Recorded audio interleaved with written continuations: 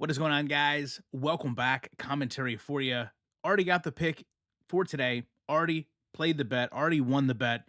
And I actually want to talk a little bit about this because the pick was Bernardo Sopa versus Vinicius Oliveira, not to go the distance, minus 240, $10 bet wins $13.57, gets us back down in the single digits. Why is this interesting to me? Well, first of all, I was apprehensive about paying a service for picks. Okay, I listen, if you want losing picks, come right here. I got a whole bunch of them on deck ready to go.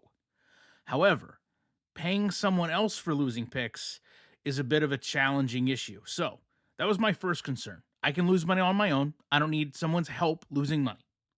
Moreover, if I'm paying them for picks, then theoretically I have to win back already what I need to pay them before I can net positive.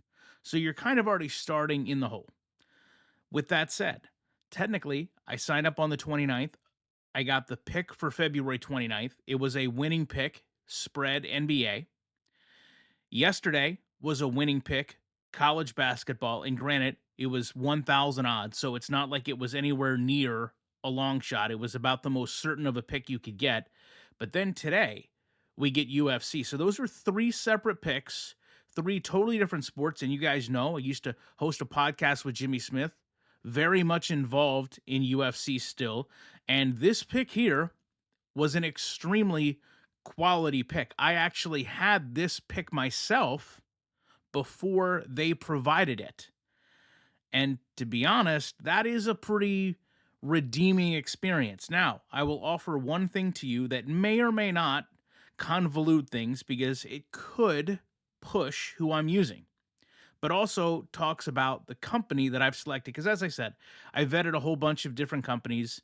Money really wasn't an option. It was more the experiment that I wanted to follow through with. This company happened to run a promotion for March Madness. And I contacted them and said, listen, I happened to purchase the package the day before you started the March Madness campaign. And to do a little bit due diligence, I reached out to every company I was working with or trying to get picks from and see how quickly they would respond. This was one of the very few that responded promptly, responded personally, and to that point, didn't again guarantee that I would have my Murcielago in the driveway next week.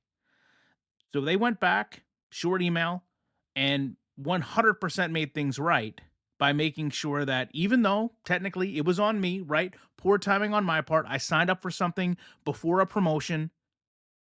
They made sure that I got the promotion in addition to what I signed up for. And I'm telling you, that goes a long way with me. If you're going to treat me right as a customer, if you're going to do what's fair as a customer, then that matters just as much as the service you're providing. You can provide me a great service, right? You could have the best of the best service.